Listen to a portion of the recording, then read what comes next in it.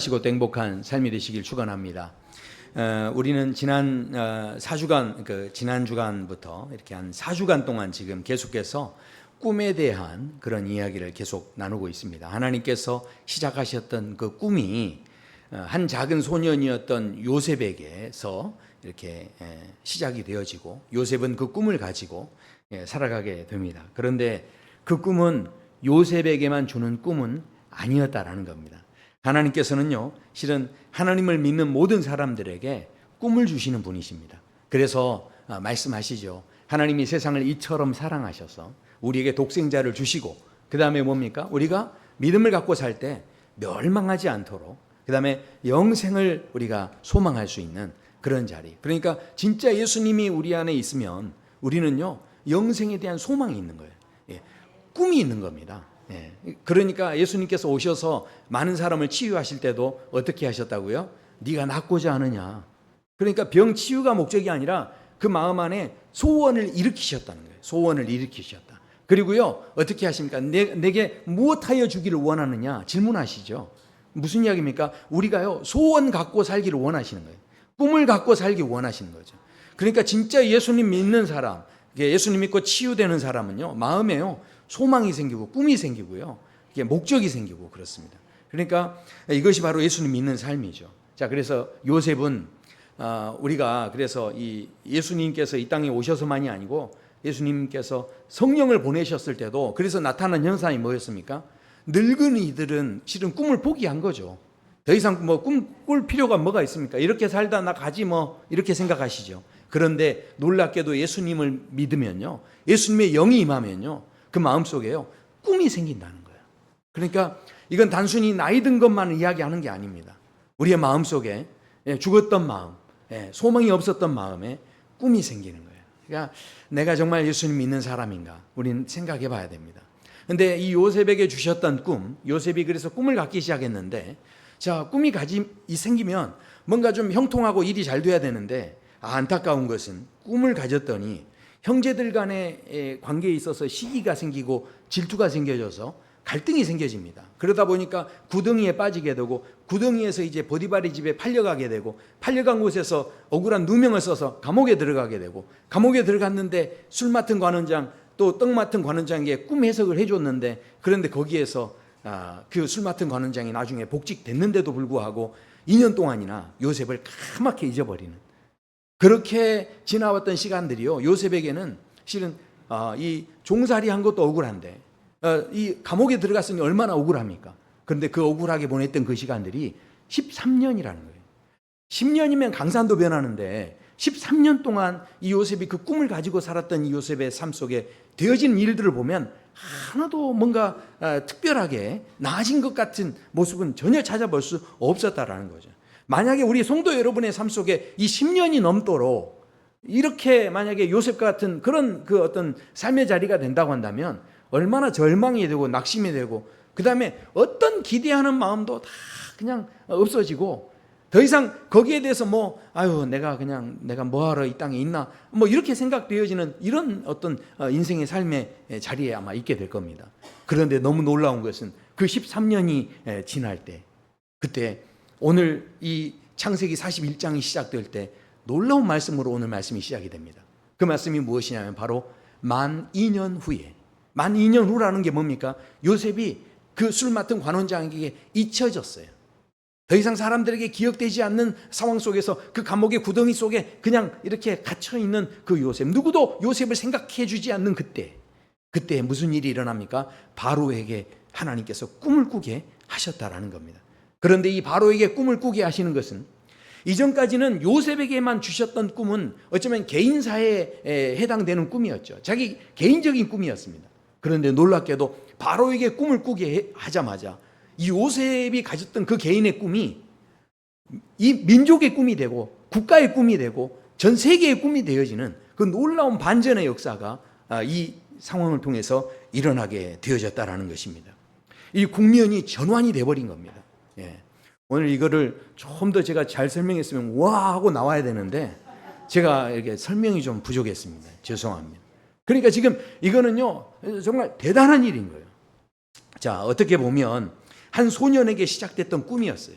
보잘것없는 꿈이었을지 모릅니다. 그러나 놀랍게도 오늘 이 사건을 통해서 이 요셉의 꿈은 이제 더 이상 개인적인 꿈이 아니고 이 세계를 변화시키는 놀라운 꿈으로 이게 거듭나게 되는, 그래서 하나님께서요 개인의 꿈을요 세계사적인 어떤 꿈으로 막 빌드업을 시켜주시는 막 그런 놀라운 일이 실은 일어났다라는 겁니다. 자, 그런데 오늘 말씀의 어떤 흐름 속에서 한 가지 이제 좀 궁금한 것은, 아유 하나님 꼭 그런 식으로 요셉을 13년이나 그렇게 고생하고 그렇게까지 했어야 됐습니까? 아니 그렇게 하지 않고 뭐 우리가 어떤 의미에서는 제작비를 좀 줄이고 가성비도 좀 이렇게 생각하셔가지고 너무 일을 크게 만들지 마시고, 왜냐하면 13년 동안 얼마나 고생했습니까? 그러니까 뭐 그렇게 좀 상황 속에서 좀 요셉이 꿈을 가졌기 때문에, 꿈을 가진 사람이 성공하는 인생이 되려면 이야기를 만들 때 어떻게 하는 게 좋겠습니까? 스토리를 조금 더 이제 요셉이 공부를 잘해가지고 애굽으로 유학을 가는 거죠. 그래가지고 유학을 간 이 요셉이 거기에서 돈이 좀 부족하니까 아르바이트를 하는데 보디발의 집에 들어간 거예요. 그래서 거기서 아르바이트를 막 하다가 거기서 인정을 받아가지고 그 집안의 총무회의를 다 감당을 하다 보니까 이제 어느 정도 자리가 잡힌 겁니다. 그래서 이제 야곱의 그 가족들, 자기 아버지하고 형제들을 다 불러다가 여기서 살자 하고 이렇게 불러가지고 그렇게 해서 이 야곱의 가족 70명이 다 애굽에 와서 살면 이게 얼마나 아름답습니까?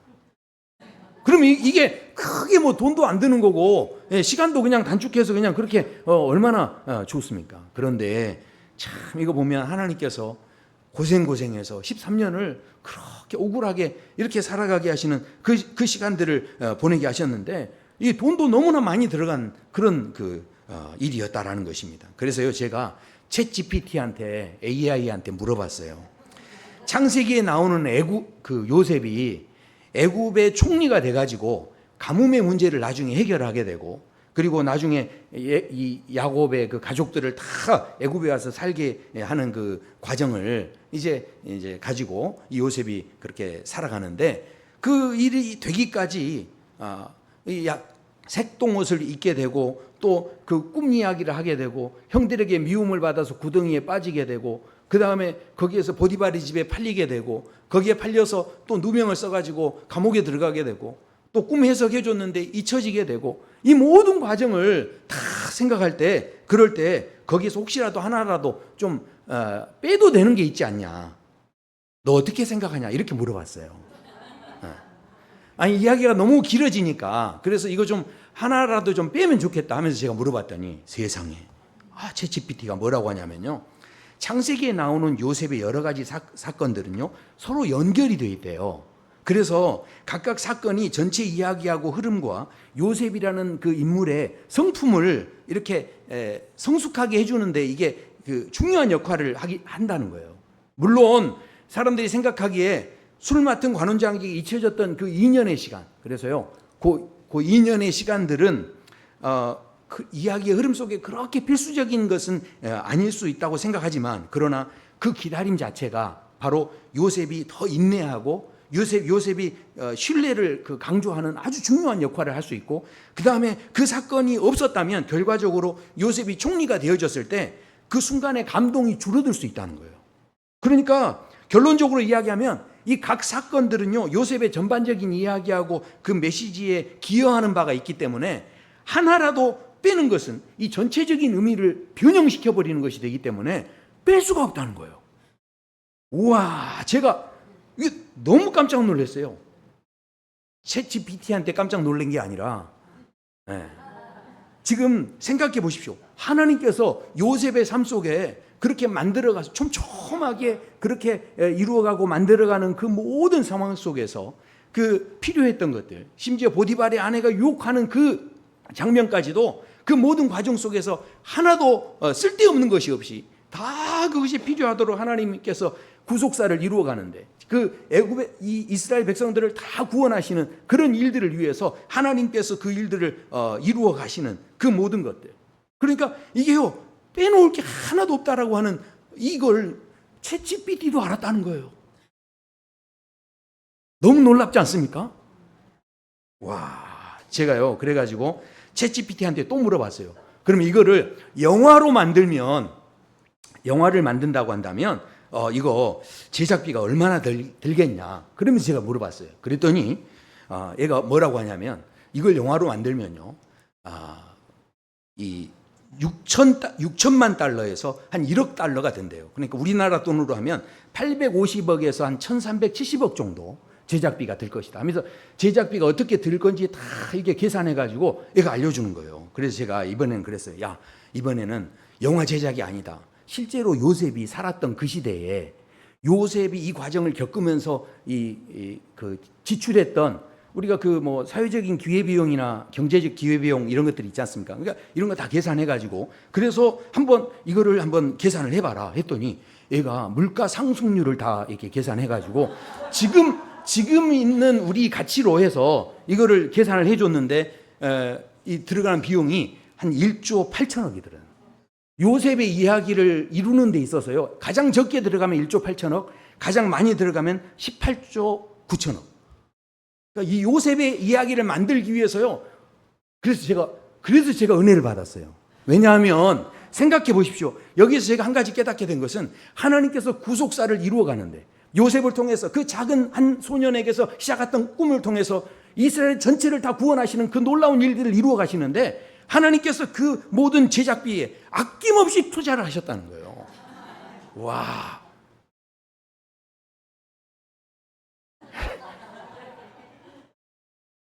제가요, 그걸 보면서 너무 놀라운 것은 이것은 야곱의 가정만의 문제가 아니었다는 겁니다. 실은 여기 계신 모든 분들을 구원하시기 위해서 우리는 지금 미처 깨닫지 못하지만 요셉이 지금 이거 가지고 계산했을 거라는 생각은 못 했을 거예요. 천국에 가서 제가 계산해 줬다는 거 아마 알아줄 거예요. 그러니까 생각해 보세요.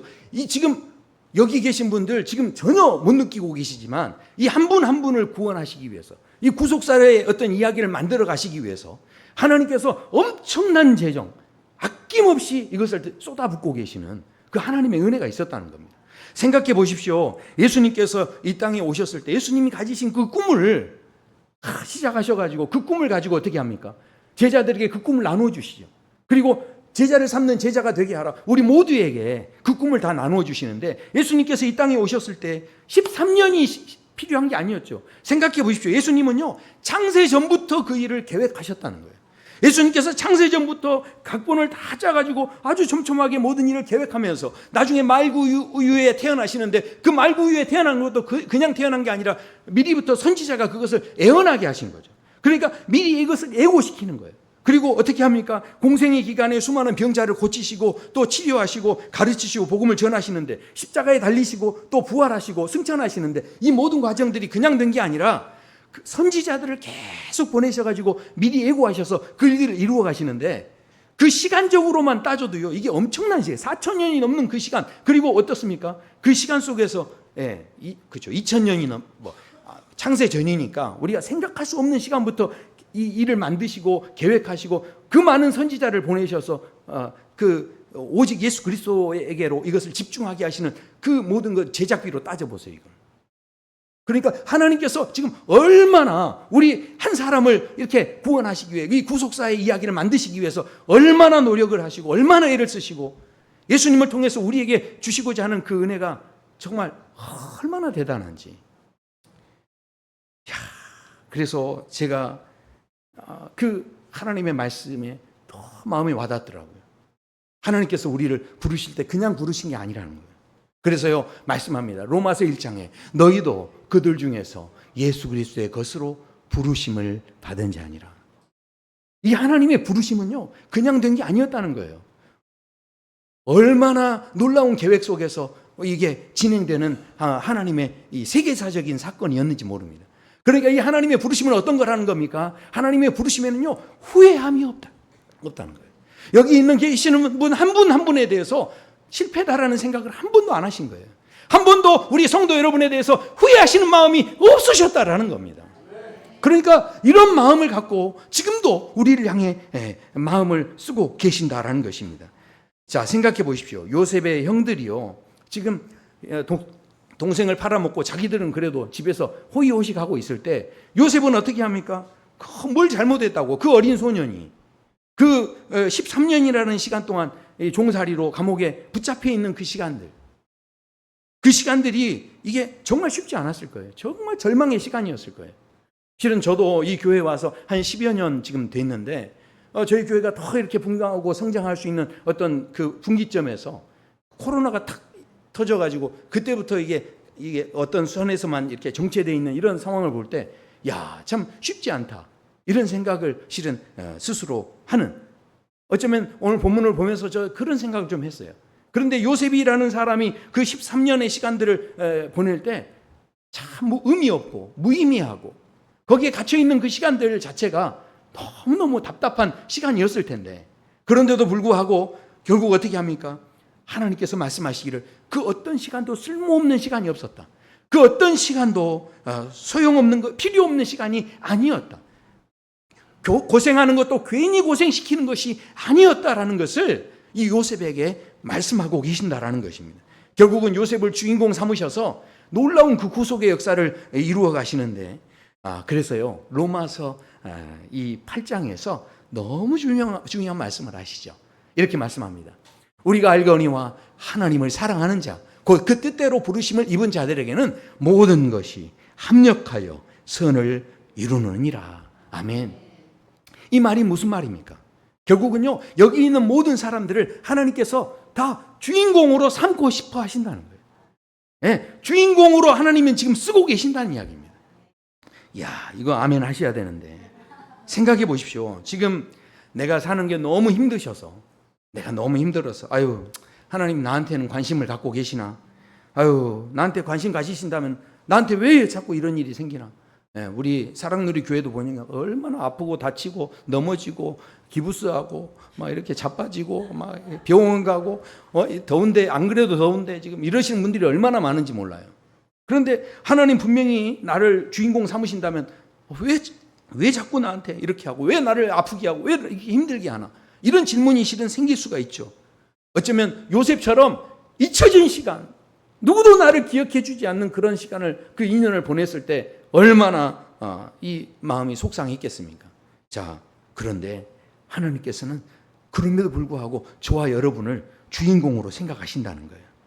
그래서 이 세상 모든 일들은요, 실은 우리를 중심으로 움직이신다는 거예요. 안 믿으시네. 골로새서 3장을 보세요. 이렇게 말씀합니다. 그리스도의 평강이 너희 마음을 주장하게 하라. 너희는 평강을 위하여 한 몸으로 부르심을 받았으니 너희는 또한 감사하는 자가 되라. 지금 이 모든 상황들을요, 쓸모없는 게 하나도 없대요. 그러니까 감사하시래요. 왜냐하면 그게 바로 부르심을 받은 자들의 삶이라는 겁니다. 우리는 왜 부르심을 받았느냐? 말씀합니다. 악을 악으로 욕으로 갚지 말고 도리어 복을 빌라. 이를 위하여 너희가 부르심을 받았으니 이는 복을 이어받게 하려 하시니라. 이 복이 어떤 복이냐면 아브라함에게 주셨던 복이에요. 이것을 이 베드로 사도가 그렇게 해석을 합니다. 그러니까 우리 모두가 실은 복을 이어받는 존재로 하나님이 불러주셨다는 거죠. 그러니까 아브라함만 부르신 게 아니라는 겁니다. 요셉에게만 꿈을 주신 게 아니라는 거예요. 그것을 품는 자, 그것을 붙잡는 자에게는 모두 다 그 꿈이 유효하다라는 것이죠. 생각해 보십시오. 주인공은 누가 합니까? 주인공 누가 하죠? 잘생긴 사람. 옛날에 이렇게 보면요, 주인공은요 이렇게 아주 동글동글하고 이렇게 눈도 크고 이렇게 한 사람이 이게 주인공이었죠. 그렇지 않습니까? 주인공 누가 한다고요? 예. 뭐 그렇게 비웃으시면 안 되는 거죠 또. 예. 주인공 누가 합니까? 잘생기고 예쁜 사람이 주인공 하죠.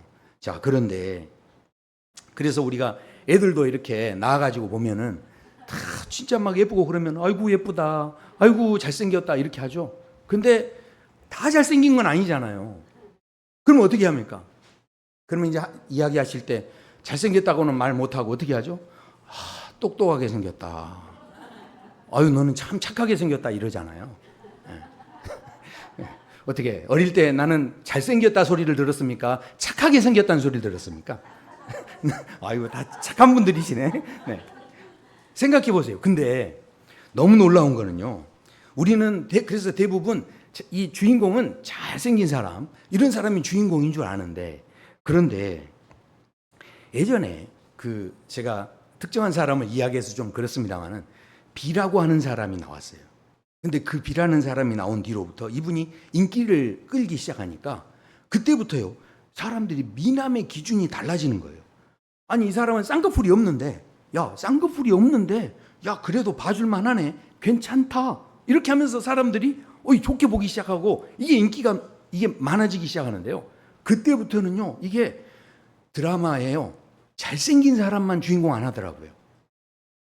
오히려 조금 이렇게 개성 있게 생기신 분들이 이 주인공을 하는 걸 이렇게 봅니다. 그러니까 이게 뭡니까? 하나님께서 얼굴은 안 바꿔주시고 사람들의 가치관을 바꿔버리시더라고요.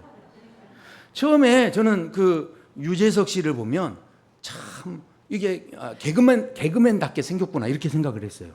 그런데 지금에 와서 보니까요, 와, 이게 정말 이게 멋져 보이더라고요.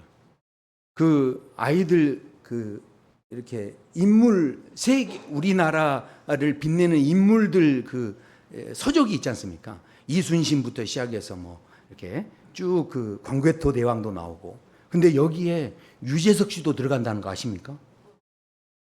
네, 그 책에 유재석 씨가 들어가요. 제가 깜짝 놀랐어요. 그러니까 생각해 보십시오. 우리가요, 지금 어떤 이 상황 속에서 요셉이 총리의 자리에 오를 수 있다는 것, 그 직전까지 요셉도 몰랐고 총리를 시켜주는 바로도 몰랐어요. 자기가 그렇게 시킬 거라는 걸. 결국 이 모든 상황을 뒤집어 이 요셉을 총리의 자리로 세울 수 있다는 것 누구만 아셨습니까? 하나님만 아신 거죠. 그러니까요, 지금 내가 조금 좀 얼굴이 자유롭게 생기셨어도 낙심하지 않게 되길 조금만 기다려 보세요. 쌍꺼풀 막 하려고 하지 마시고 조금만 더 계셔 보시라니까요. 그러면 나중에 이게 지금 외거풀이 인정받는 날이 올 겁니다. 할렐루야. 살도 그렇습니다. 이거 건강에 문제가 없으면요, 살도 빼지 말고 일단 한번 잠깐 있어 보세요. 그러면 이게 나중에 이게 마른 사람이 오히려 취급받지 못하는 세상이 올 수도 있는 거예요. 자, 그러니까 제가 지금 마른 분들을 제가 폄하하자는 게 아닙니다. 지금 생각해 보십시오. 내가 몸부림쳐서 뭔가를 하려는 게 아니라 정말 이 13년의 시간을 실은 요셉이 기다렸다는 거예요. 그런데 그 기다림 후에 세상에 그 요셉을 그렇게 세워가실지 어떻게 알았습니까? 그런데 그 요셉이 그 자리에 섰을 때, 자, 생각해 보십시오. 우리가 요셉의 그 어떤 삶을 볼 때 이 모든 것을 하나님만 알고 계셨고 하나님께서 이 일들을 이루시는데, 자, 그렇게 우리가 믿음의 눈을 갖고 이 기다린다는 게 얼마나 귀한 것인지 아브라함도 자신의 삶을 통해 이걸 증거를 합니다. 그래서 히브리서 기자는요, 이렇게 표현을 해요. 믿음으로 아브라함은 부르심을 받았을 때 눈으로 봤을 때는 영 아니었지만 그러나 순종하여 장래의 유업을 받을 땅에 나갈새 갈 바를 알지 못하고도 나갔다는 거. 그러니까 그 시간들을 정말 순종함으로 기다리고 채워갔다라는 것이죠. 그랬을 때 그 뒤에 놀라운 일들이 일어났다는 겁니다. 요셉이 꿈을 해석하는 그 순간에 그 당시에 점술가라든가 그 당시에 현인들이 다 있었다는 거죠. 이 사람들은 꿈을 해석하는 전문가들이었습니다. 그러니까 바로가 꿈을 꾸고 나서 누구든지 꿈을 해석해 보라고 하는데 아무도 해몽을 못하는 거예요. 이게 너무 이상한 거죠. 왜냐하면 바로의 꿈 자체가 어려운 꿈이 아니었습니다. 두 가지 꿈을 꿨는데 그 꿈 내용을 보면 아주 흉하고 아주 빼짝 마른 그 소가 있는데 그 소 7마리가 나와서 나일강에서 아주 그 토실토실한 그 소들이 있는데 그 소들을 다 잡아먹었다는 거예요. 그리고 또 한 가지 꿈을 꿨더니 동풍에 말라 있는 아주 빼짝 마른 이삭이 있는데 그 이삭이 7이삭이 나와가지고 아주 무성하고 충실한 이삭이 있는데 그 이삭을 삼켜버렸다는 겁니다. 이게 꿈이에요. 자, 그러면 지금 뭔가 7이삭, 이 7 그 이삭을 또 이렇게 삼켰다고 하니까 7이라는 숫자와 함께 이 꿈이 반복이 됐으니까 여기에 대해서 우리가 뭔가 지금 좋은 일이 먼저 있는가 하면 그 다음에 안 좋은 일이 또 있겠구나, 이 정도 해석하는 거 그렇게 어렵지 않겠죠. 그렇지 않습니까? 실은 이 꿈이 굉장히 난해한 꿈은 아닌 거죠. 어느 정도 우리가 전문가가 아니어도 어느 정도는 좀 짐작해 볼 수 있는 그런 내용들인데 이 사람들은 여기에 대해서 아무도 해몽을 못했다는 겁니다. 왜 그랬을까요? 그것은 바로 우리가 생각하기에 상식적으로 어떻게 흉하고 아주 빼짝 마른 소가 이 통통한 소를 이게 잡아먹을 수 있습니까? 소가 소를 잡아먹을 수 없죠.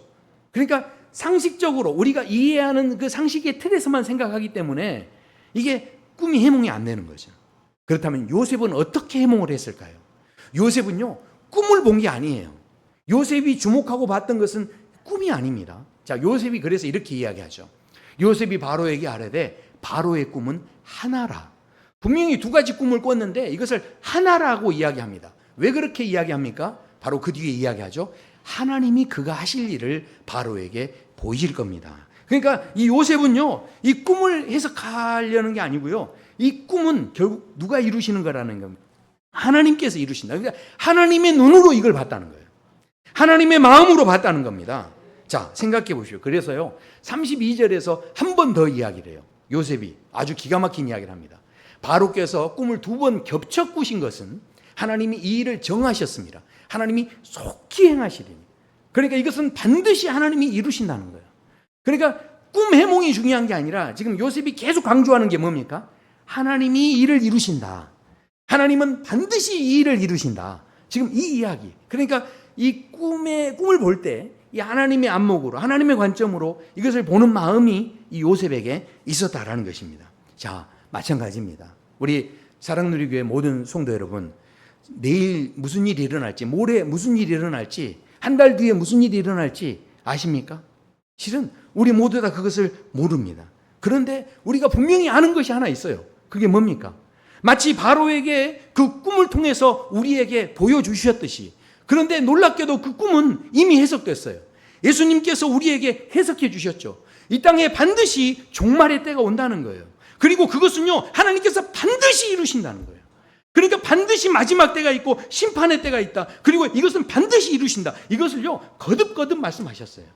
그러니까 우리는 지금 바로의 꿈은 우리가 잘 몰라도 우리에게도 실은 그 꿈이 있는 거예요. 그렇다면 지금 이 시간을 보내는 이 땅의 삶의 자리는 7년 풍년의 삶을 살고 계신 거예요. 그러니까 아직은 7년, 6년이 오지 않은 겁니다. 그렇다면 우리가 지금 이 모든 상황들을 잘 모르는 사람은 풍년의 때에 내가 하고 싶은 대로 다 할 수 있고, 돈 있으면 다 할 수 있고, 내가 돈만 있으면 뭐든지 할 수 있는 이 세상 속에서 그냥 내가 그렇게 살아가고 있지만, 그러나 요셉은 그 시간을 어떻게 보냈다는 겁니까? 바로 그 흉년의 때를 준비하는 시간으로 보냈다는 거예요. 그냥 그 시간을 그저 그렇게 보내지 않았다라는 겁니다. 오늘 우리가 이 땅을 살아갈 때 분명한 것은 우리가요, 아무리 언제 그날이 오느냐, 사람들이 아무리 감각이 흐려져도 하나님은 반드시 오신다라고 말씀하셨다는 거예요. 초림의 예수님은 구원주로 오셨지만 재림하시는 예수님은 심판주로 오신다라고 분명하게 말씀하고 계십니다. 그렇기 때문에 자, 생각해 보십시오. 그렇다면 하나님께서는요, 지금도 우리에게요, 하나님의 꿈을 이루기 위해서 우리를 지금 초청하고 계시는 거예요. 우리가 그 이창현 씨가 쓴 내 마음 속의 울림이라는 그 책에 보면 이분이 숫자를 분석해 놨어요. 숫자 이야기를 해놓는데 우리나라 행운의 숫자가 몇입니까? 7로 생각하시는데 실은 3입니다. 왜냐하면 7은 외국 문물을 많이 지금 받아들이셔서 그러신 거예요. 럭키 세븐이라고 해가지고 실은 이 미국에서 이게 행운의 숫자가 이제 서양에서 그렇죠. 서양 영국에서 이제 대부분 럭키 세븐에서 이제 행운의 숫자입니다. 그러니까 이게 숫자를 분석해 놨는데 우리나라에서 제일 재수 없는 숫자가 뭘까요? 네, 다 잘 아시네요. 4. 네. 자, 그런데 생각해 보십시오. 네잎클로바는 입이 몇 개입니까? 4개입니다. 야구 선수 중에요, 이 제일 좋은 타자 번호가 몇 번입니까? 4번이잖아요. 와, 그러니까 생각해 보십시오. 우리가요, 어쩌면 이 숫자라는 개념이 야, 이거 재수 없다 생각했지만, 그러나 의외로 그 숫자가요, 이 전 세계적으로 보면 미국은요, 실은 행운의 숫자가 1번, 2번이래요. 그리고요, 이 한국은요, 3이고요. 그 다음에 또 3이 그렇고 이제 4번이 뭐 클로바라든가 야구 타자 이제 넘버인데, 그 샤넬 넘버가 몇 번이 최고입니까? 넘버 5잖아요. 예. 죄송합니다. 명품 이야기를 갑자기 해가지고. 예. 근데 중국이 생각하는 행운의 숫자가 있대요. 그게 뭐냐면 6번, 8번, 9번이래요. 제가 일부 예배 때 우리 필 목사님께 물어봤더니 맞대요. 자, 그리고요, 생각해 보십시오. 서양에서는 그래서 럭키 세븐, 7을 행운의 숫자로 봅니다. 그런데요, 또 10점 만점, 10을 또 아주 중요하게 본다는 거죠. 자, 그러니까 생각해 보십시오. 1부터 10까지 하나라도 빼놓을 수 있는 숫자가 있습니까? 실은요, 알고 보면 전 세계에서 보면 각자 다 나름대로 이렇게 행운의 숫자로 다 생각하고 있다는 거예요. 그러니까요, 이게 재수없는 숫자, 행운의 숫자, 이게 나누는 게 누가 나누는 거라는 겁니까? 이게 마귀가 그걸 나누는 거예요. 실은 하나님께서 우리를 부르실 때요, 우리 모두에게 어떻게 하신다는 겁니까? 그리스도를 아는 냄새를 나타나게 하시고, 우리 모든 그 각 숫자에 향기가 있도록 하셨다라는 것입니다. 마귀가, 자, 생각해 보십시오. 요셉의 형들이요, 다 이렇게 동생이 요셉이 막 꿈을 이야기할 때, 그럴 때 그 꿈 이야기만 듣고 굉장히 기분 나빴어요. 왜 기분 나빴을까요? 절을 했다는 것 때문에, 절했다는 것에 꽂혀가지고 기분 나빠한 겁니다. 그런데 그 꿈 이야기를 딱 보면요, 이렇게 돼 있어요. 해와 달과 11별이 요셉에게 절했다고 그러는데, 자, 해가 얼마나 중요합니까? 달이 굉장히 중요하죠. 이 별들도 빛이 나지 않습니까? 그러니까 각자 다 빛이 나고 너무 중요한 건데, 그것이 얼마나 좋은지는 잊어버리고 그 절했다는 것 때문에 기분 나쁜 거예요. 거기에 꽂혀가지고 어떻게 됩니까? 지금 미워하기 시작하고 시기하기 시작했다라는 것이죠. 그런데 그때 아버지마저도 뭐라고 합니까? 이렇게 이야기하죠. 네 어머니와 네 형들이 참으로 가서 땅에 엎드려 내게 절하더냐? 그렇게 이야기, 참으로. 근데 이 참으로가 어디에 써 있는 줄 아십니까? 네. 이 마귀가 아담과 하와를 유혹할 때도 이렇게 이야기합니다. 하나님이 참으로 너희에게 모든 동산 나무 열매를 먹지 말라 하시더냐. 그러니까 참으로 이렇게 하면서요, 오히려 동산 나머지 99% 다 주신 것들이 있는데 그건 다 잊어버리고 그 마신 거 하나에 붙잡혀 거기에 꽂혀가지고 거기에 매여가지고 욕심을 부리기 시작하면서 죄가 우리 안에 들어오기 시작했다라는 것이죠. 한번 생각해 보십시오.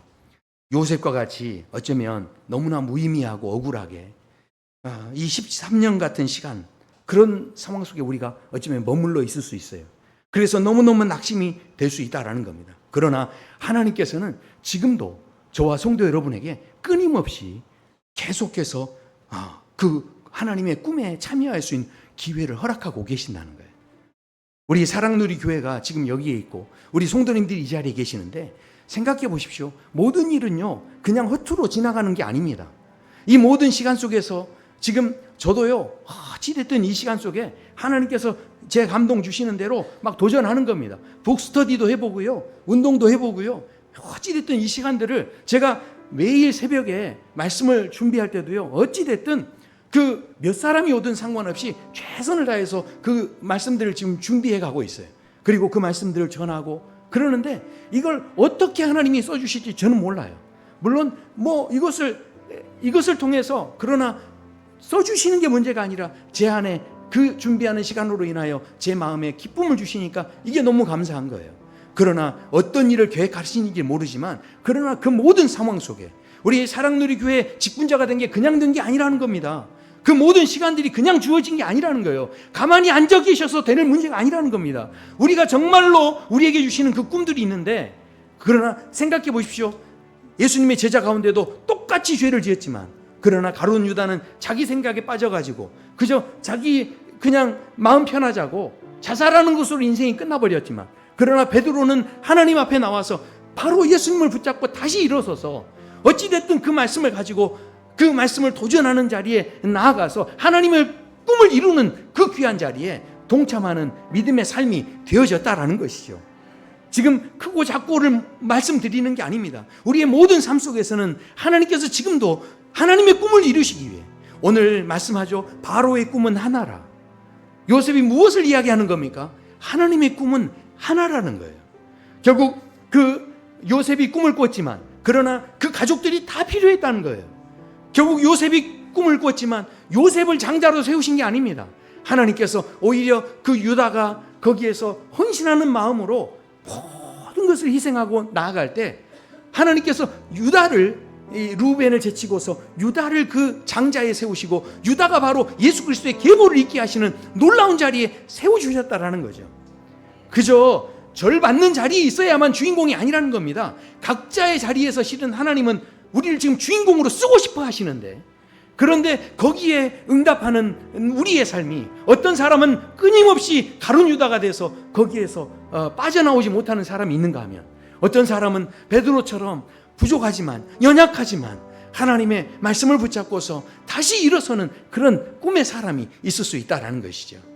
저는요, 저와 성도 여러분의 삶이요, 더 이상 주저앉아 있지 않고, 비록 13년의 시간들이 내게 감옥같이 여겨지고 그렇게 답답하게 여겨질지라도 하나님의 그 꿈을 이루는 원대한 계획 속에는 하나도 버릴 것이 없고 하나도 필요 없는 것이 없는 그 놀라운 은혜가 있음을 분명히 믿고 그 믿음으로 일어서셔서 하나님께서 요청하시는 이 꿈의 자리에 모두 다 나아가실 수 있게 되기를 축원합니다.